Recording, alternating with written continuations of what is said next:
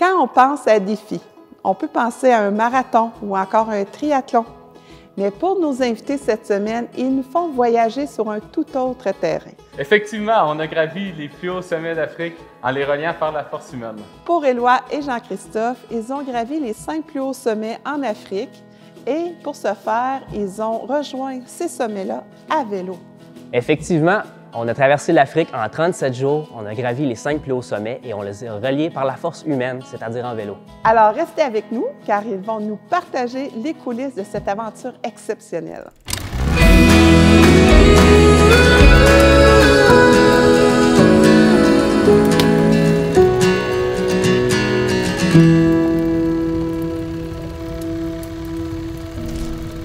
Plongeons dans l'histoire fascinante des 5 plus hauts sommets d'Afrique, ces géants qui dominent le continent et attirent aventuriers et alpinistes du monde entier. Chacun de ces sommets porte en lui une histoire singulière, façonnée par le temps, les peuples et les légendes locales. Le Kilimandjaro, le toit de l'Afrique, est un volcan endormi qui s'élève majestueusement au-dessus des plaines tanzaniennes. C'est en 1889 que l'explorateur Hans Meyer et son guide Yohani Kinyala Lowo en atteignent le sommet pour la première fois. Sa géographie est unique. 3 cônes volcaniques, Kibo, Mawanzi et Shira, témoignent de son passé tumultueux. Son sommet enneigé, une rareté en Afrique, recule sous l'effet du réchauffement climatique, menaçant un écosystème fragile. Anciennement appelé Kirinyaga par les Kikuyus, le mont Kenya est le 2e sommet du continent. Les légendes racontent qu'il était la demeure de Ngai, le dieu suprême qui veillait sur son peuple depuis ses cimes. Ses 3 principaux pics, Batian, Nelion et Lenana, sont les vestiges d'un volcan éteint. Aujourd'hui, cette montagne est une source essentielle d'eau pour des millions de personnes grâce à ses glaciers et ses forêts luxuriantes.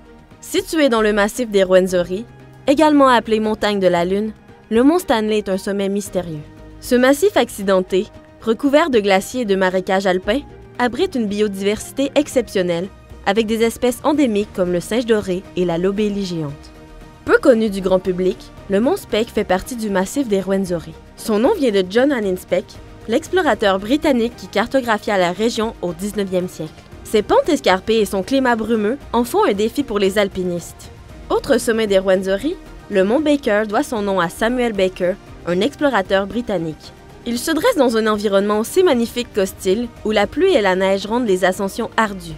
Son relief accidenté et ses vallées glaciaires témoignent des forces tectoniques qui ont façonné cette région, offrant un spectacle naturel saisissant.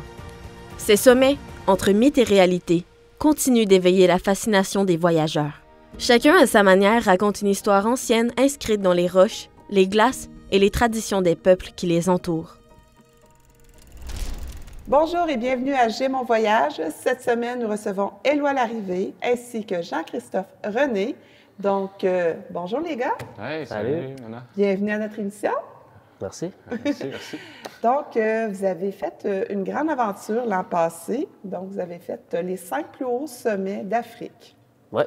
Mais avant de commencer, j'ai vu sur votre site web, vous aviez fait aussi en 2022 les 5 sommets, les 5 plus hauts sommets, c'est ça? Oui, c'est 5 plus hauts toujours. Ouais. Les 5 plus hauts sommets des Andes. Donc, vous êtes des gars de défi.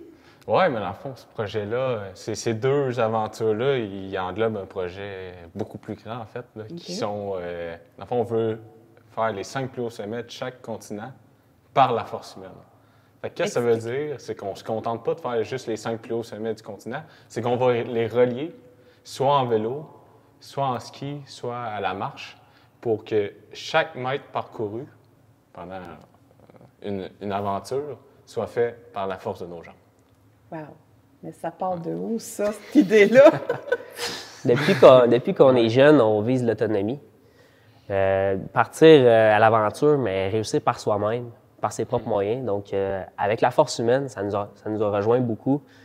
Être capable de faire ça par nous-mêmes, avec nos propres moyens. On n'utilise pas de moteur, c'est vraiment juste par la force humaine. Donc, ça fait que le défi est plus simple, mais qui est plus d'envergure en même temps. Très différent de ce qui se fait. Il a dit le bon mot, c'est simple. C'est pas compliqué, nous. Là, on n'est pas des athlètes professionnels. Fait qu'on arrive là avec notre vélo, puis on part.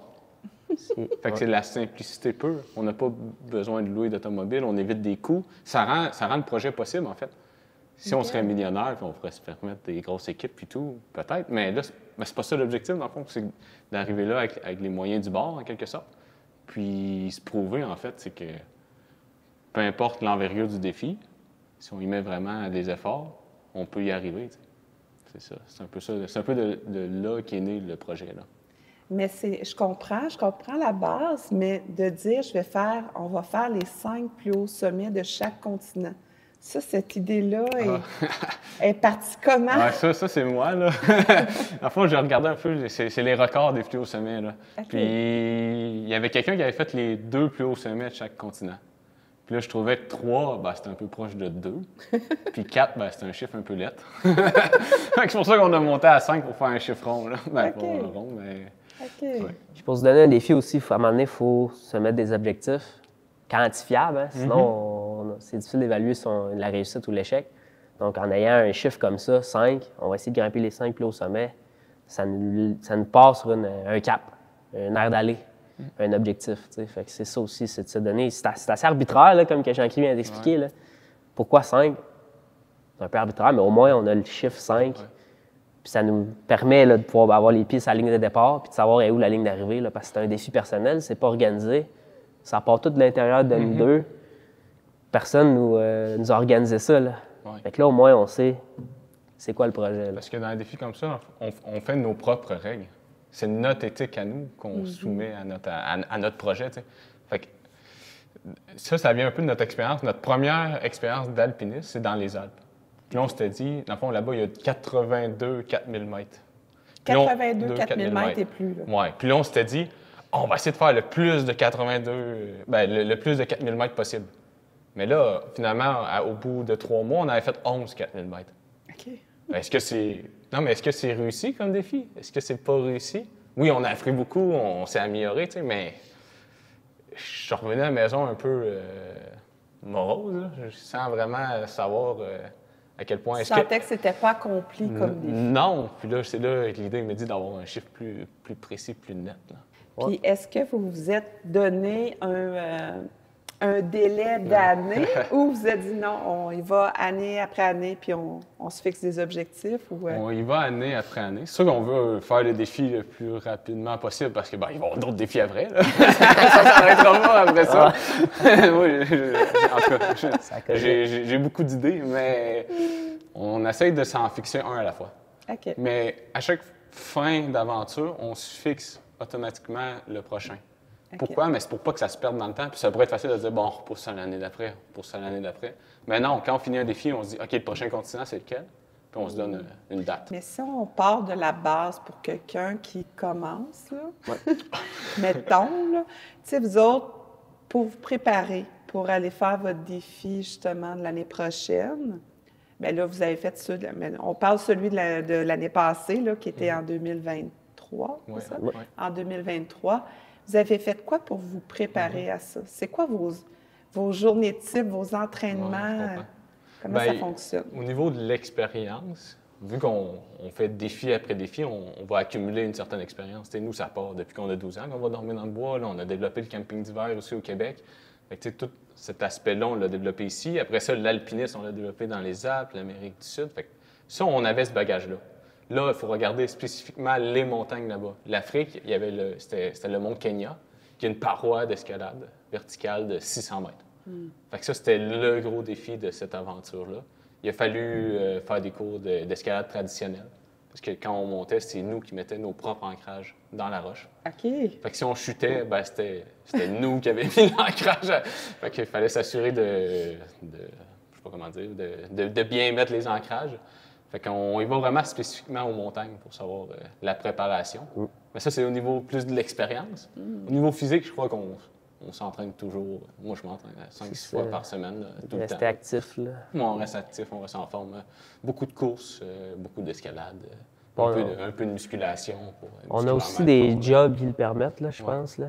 Bon, à l'armée, on s'entraîne directement. On est payé pour s'entraîner. Je pense qu'à ton secondaire, tu as accès au gym. Moi, ça, j'ai accès à des gyms et tout. C'est d'avoir une vie en accordance avec ça aussi. Ouais. Vous avez dit que ce voyage-là que vous avez fait l'an passé, c'est 100% autonome.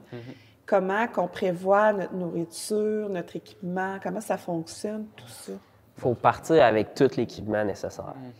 Tout, là. Faut être capable d'avoir un système de coucher autonome. Nous autres, on travaille avec des bivy bags, là. C'est seulement des enveloppes par-dessus les sleeping bags. C'est-à-dire qu'on n'a même pas de tente. On a des bons sleeping bags, on a des vêtements adaptés à toutes les températures. Après ça, il faut être capable de cuisiner. La nourriture, on peut pas... C'est drôle. C'est moi qui te jette Je dis ça rapidement. Tu sais, on peut pas traîner... Nous autres, mettons, en Afrique, ça a pris 37 jours. Là. On peut pas traîner 37 jours de nourriture. Non. Donc, on s'approvisionne sur place, dans la population locale. On débarque dans un petit village dans le fin fond de l'Afrique. On va à la boucherie, puis on ramasse un bout de viande, tu sais, un bout de viande avec les mouches. Je là. sais, j'en ai vu, là. On ramasse ça, on demande de bien cuire, puis c'est ce qu'on mange au final, c'est ce qu'on trouve là-bas. Puis là, si vous me racontez, mettons, les 5 sommets, là, tu sais, mettons, les éléments qui vous ont le plus marqué de chaque sommet, comment ça s'est passé, me faire un petit résumé. Ouais, ça, je peux le faire. Là. Les 3, en Afrique, on a quand même été chanceux, parce qu'il y avait 3 sommets qui étaient proches l'un de l'autre, qui étaient dans les Rwenzori Mountains.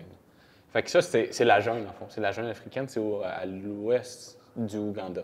Okay. Fait que quand on est arrivé là, on est parti dans la jungle, la vraie jungle, là, avec des fourmis rouges qui traversent, des grosses autoroutes de fourmis rouges, là, les singes. Puis, tu sais, on vivait la jungle, là, pour vrai. Là. Puis plus qu'on montait, plus que la végétation changeait, on arrivait avec la jungle d'altitude, avec des arbres. On se créait un peu comme dans Avatar. Dans Avatar, C'était vraiment spécial. Ouais, c'est vraiment spécial. Fait que c'est là qu'on a fait nos 3 premiers sommets. Puis c'était des sommets plus techniques qu'on pensait. Là. C'était quand même assez... c'était assez abrupt. Il y avait des falaises, il fallait trouver notre chemin. On s'est même perdu une fois. La jungle, c'est autre chose. Tu penses que c'est un chemin, dans le fond, mais c'est pas un chemin du tout. Là. Tout a l'air d'un chemin. Si tu te perds... Mais dans le fond, il n'y a aucun chemin. Sur 100 mètres, tu te perds. Fait que finalement, on a réussi à faire ces 3 premières montagnes-là. En saison des pluies. Oui, dans la saison des pluies, ça, c'est ma faute. J'avais mal regardé les dates. Puis ensuite, on a traversé le Ouganda en vélo. Mais petite question avant que tu continues. Où est-ce que vous mettiez votre vélo pendant que vous faisiez les monts? Oui, en général, on le cache. Okay. Là, on avait réussi à trouver une place pour le laisser. Okay. Il était barré dans une pièce. Là. Fait que ça, c'était bien. Mais en général, on le cache là, dans le bois. Là, où qu'on peut trouver. Là. Puis après ça, il y avait le Kenya et le mont Kenya. Puis tu sais, là, si on se met en contexte un petit peu, là, nous, on a fait un cours de 2 fins de semaine de l'escalade traditionnelle. Fait que vous n'aviez pas de temps d'expérience. C'est ça, on est des aventuriers, mais on n'est pas des grimpeurs. Là. Tu sais, moi, j'avais grimpé 4 fois dans ma vie dehors. Là. Puis là, on partait sur 20 pitches en trad. Tu sais, les gens, en général, ça prend 2-3 ans à l'extérieur avant de dire qu'ils veulent commencer à essayer de faire du trad. Tu sais. Puis nous, après 4 coups, c'était comme, on y va, là, tu sais, on est là. Ouais. Il y a un bagage. Mais vous êtes courageux, là. Oui, ben oui. Tu sais, parce que, en tout cas, ça prend quand même du courage pour se lancer dans quelque chose que vous avez peu d'expérience. Mais je pense que c'est le bon mot parce que faut pas croire qu'on n'a pas peur. Moi, j'ai peur. Quand on marchait dans la marche d'approche, puis je voyais ce pic de roche-là tellement abrupt, là, j'avais peur. Puis justement, quand on a commencé ce matin-là, l'ascension, j'ai dit, c'est moi qui vais en premier tout de suite. Ouais, il voulait casser la glace. Je voulais prendre les risques tout de suite. Là. Je voulais me prouver que j'avais cette capacité-là de gérer ma peur. Puis qu'au final, au niveau de mes compétences, mais que c'était pas si sorcier que ça. Là. Mais comment ça a été, justement?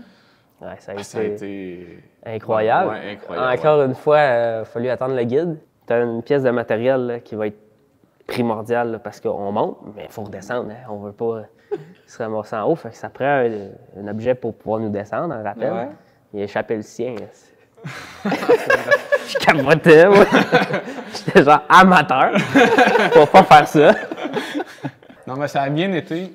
Parce que, dans le fond, la première moitié de montagne, c'est moi qui ai fait toutes les premiers de cordée. Tu as fait les prises? Oui, c'est moi qui plaçais les prises. Puis là, à un moment donné, il a dit « Hey, là, c'est à mon tour. » Fait que c'est lui qui a fait les premiers de cordée pour la deuxième moitié de la montagne. Fait que ça a super bien été. Où ça a commencé à être plus dangereux, à mon avis, c'est pendant qu'on s'est mis à descendre. Parce que le guide nous a dit « Ah là, je sais sont où les rappels. Fait que je vais y aller en premier. » Fait qu'il descendait, lui, en premier. Mais comment ça marche en escalade, c'est que la personne d'en haut assure la personne qui descend en bas. Fait que lui, mettons, il partait, il faisait une traversée, mais il mettait aucun point d'ancrage.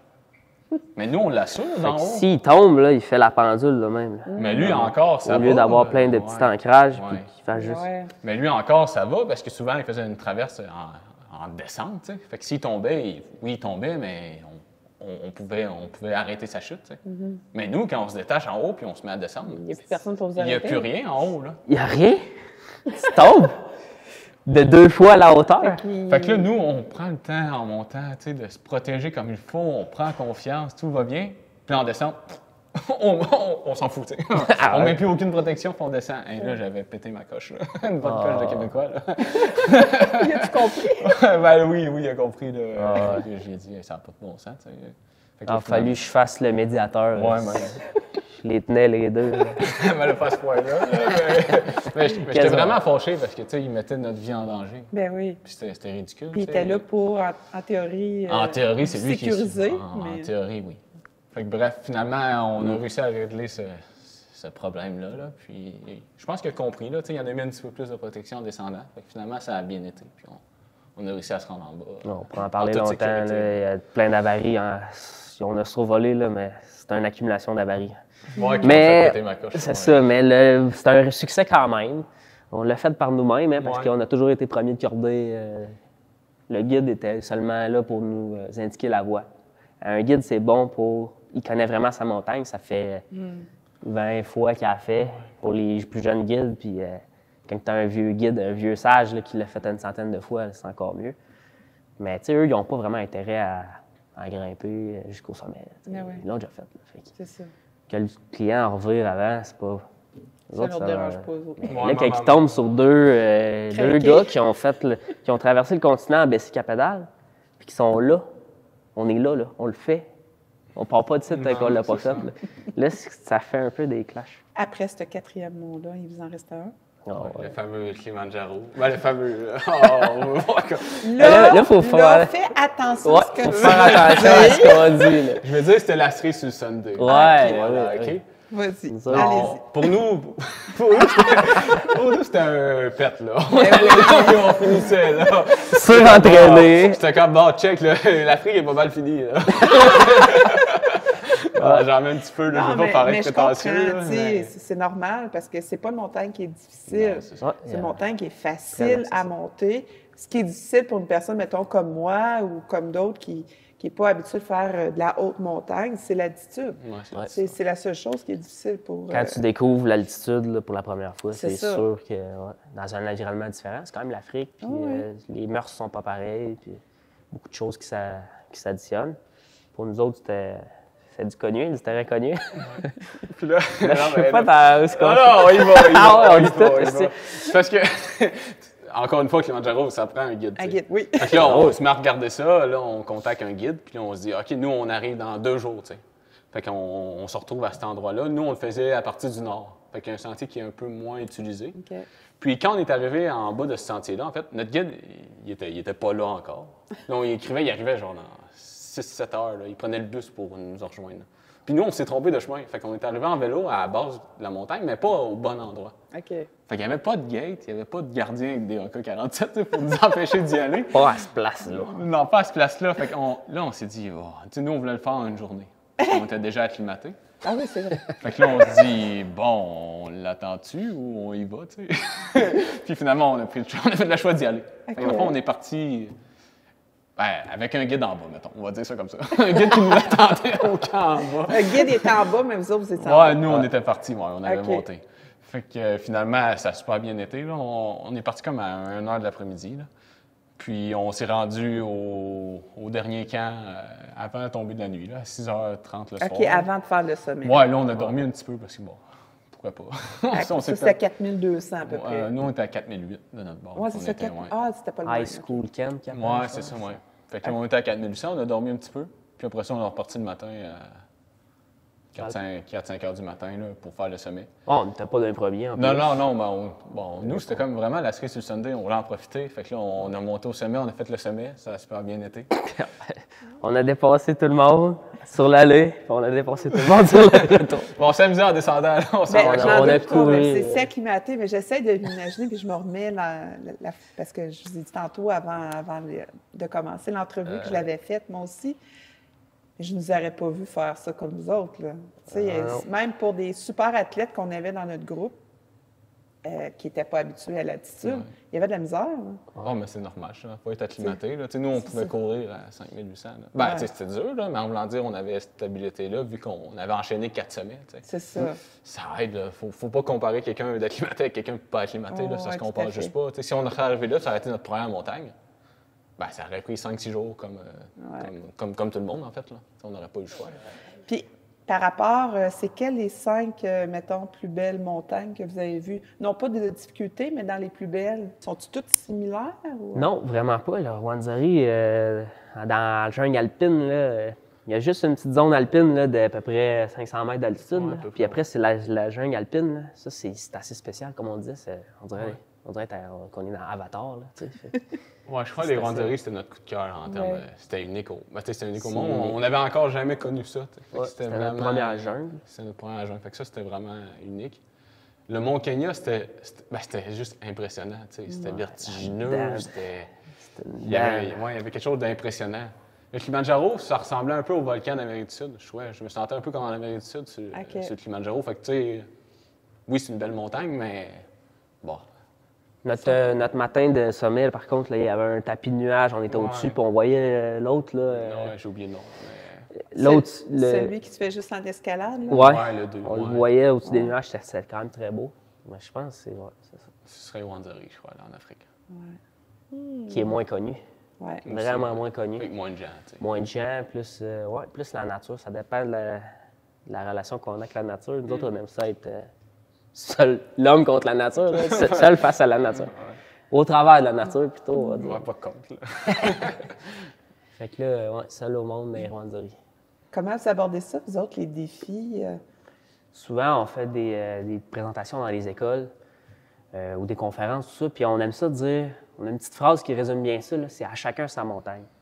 L'important, c'est de se donner des défis dans la vie. Nous autres, notre défi, c'est ça. Quelqu'un d'autre, ça va être, par exemple, monter le Kilimanjaro. On ne peut pas comparer des pommes avec des oranges, c'est pas ça le but. C'est de s'encourager les uns les autres à se lancer des défis, à mettre un pied devant l'autre. Puis même si on se lance un immense défi, qu'on ne l'accomplit pas tout à fait, mais on a quand même fait des pas par en avant. On a grimpé une bonne partie de la montagne. Ça peut être ça aussi qui est bien. Là. Fait que c'est pas de... Nous autres, on parle de notre défi juste pour encourager les plus jeunes ou les autres à se lancer des grands défis puis à se mettre en action. Je pense que c'est ça qui est... C'est pour ça qu'on ramène ces histoires-là des autres continents, là, puis tout ça. Là. Fait que, Oser l'aventure. D'ailleurs, vous avez un défi à me lancer aujourd'hui. C'est quoi le défi? Bon, nous, là, on est impliqués dans l'organisme RAS, Réseau Autonomie Santé. C'est pour faire la promotion de l'activité physique chez les personnes avec handicap. Puis moi, je suis moniteur de paraescalade. Fait que je fais grimper des gens avec handicap. Fait que qu'est-ce que je fais de faire? C'est t'inviter toi, Mona, au campus Escalade Voie, à grimper, mais avec un handicap. Je te garde en surprise encore. C'est quoi le handicap? OK, ben, je suis prête. Let's go! On y va! on y va! On y va! Nous sommes rendus finalement à notre défi, à mon défi que tu m'as lancé. Donc, tu vas m'expliquer, Jean-Christophe, comment ça va se passer? C'est quoi mon défi? Là, je vois que j'ai un grand mur de 18 mètres de haut. J'espère que tu ne me fais pas monter jusqu'en haut. Oui, inquiète-toi pas, ça va jusqu'en haut. Dans le fond, ici, on est dans une activité de para-escalade avec l'organisme Réseau Autonomie Santé, RAS. Puis, dans le fond, on fait grimper des gens avec certains handicaps. Dans le fond, comment le système fonctionne, là, c'est comme dans l'escalade traditionnelle, il y a le système de vie qui te maintient en vie, peu importe qu'est-ce qui arrive en montant. Puis là, nous, on a ajouté un système d'assistance en blanc qui va t'aider à monter. Mais là, vu que toi, je t'ai lancé un défi, il faut que ça soit un défi, bien, je me suis dit, il faudrait rajouter, pimenter ça un petit peu. Fait que je vais te donner une handicap qui va être d'être aveugle pendant la montée. Donc, ça va être moi qui va te guider pendant la montée pour trouver tes prises et pouvoir progresser jusqu'en haut du mur. OK. Est-ce que tu es prête? Ben écoute, déjà, c'est un défi juste de me tenir ici. En fait, juste de mettre le harnais, ça a été un défi. Donc, de monter les yeux bandés, ben, ça va être un autre. Puis tu sais que j'ai peur des hauteurs, mais là, je verrai rien. Fait que c'est déjà la bonne nouvelle. C'est une grosse avantage, dans le fond. OK. Fait que là, c'est clair, je vois absolument rien. Non, c'est bon. Fait que là, Mona, c'est le moment de commencer. Là. Fait que moi, je vais te guider. Fait que tu vas te mettre les 2 mains sur le mur. Ouais. Tu vas te tasser à gauche d'un pas. Un autre pas. OK, tu as une prise ici. Ouais. Ta main droite, ouais, tu vas pouvoir la poser là. Pour ton pied gauche, tu vas venir le poser plus à gauche. Là, oui, c'est ça. Fait que tu vas pouvoir t'appuyer. Quand tu vas être prête, tu vas te monter. Tu vas avoir un pied à droite, environ à hauteur de ta hanche. Ça va prendre une bonne propulsion au début.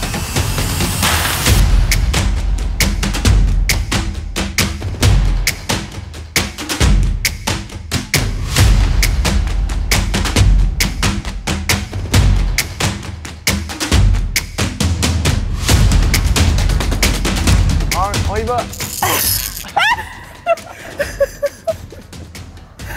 Oh mon Dieu! Ah, j'ai chaud!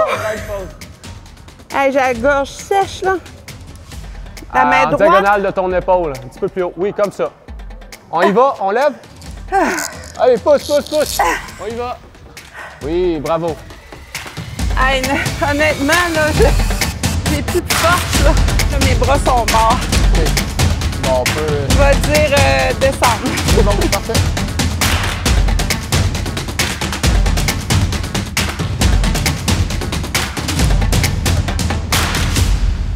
Hey, mon homme. Quel défi! Sainte Dieu! Écoute, je sais pas, je peux dire défi accompli. Je peux aller jusqu'en haut. Par contre, c'est un défi, là, je pense, le plus gros défi que j'ai fait jusqu'à maintenant. Vraiment, merci Jean-Christophe de m'avoir fait vivre ces émotions-là.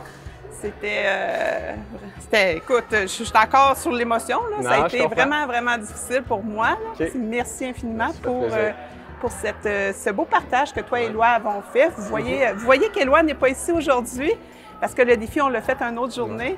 Mais bref, merci infiniment à toi et à Éloi pour le partage que vous nous avez fait à J'ai mon voyage. Pour vous remercier, je te donne le bandeau tout ça. J'en ai un autre aussi pour Éloi. Je te remercie sincèrement. Puis je vais vous souhaiter à toi et Éloi, je sais que vous avez des beaux défis qui s'en viennent aussi, je crois, au mois de mai. Oui, c'est ça, au mois de mai, on part à Alaska, Yukon, les grosses montagnes sauvages. Wow! Fait que peut-être à une autre émission, vous allez pouvoir venir nous en reparler. Et vous, à la maison, je vous dis à une prochaine émission.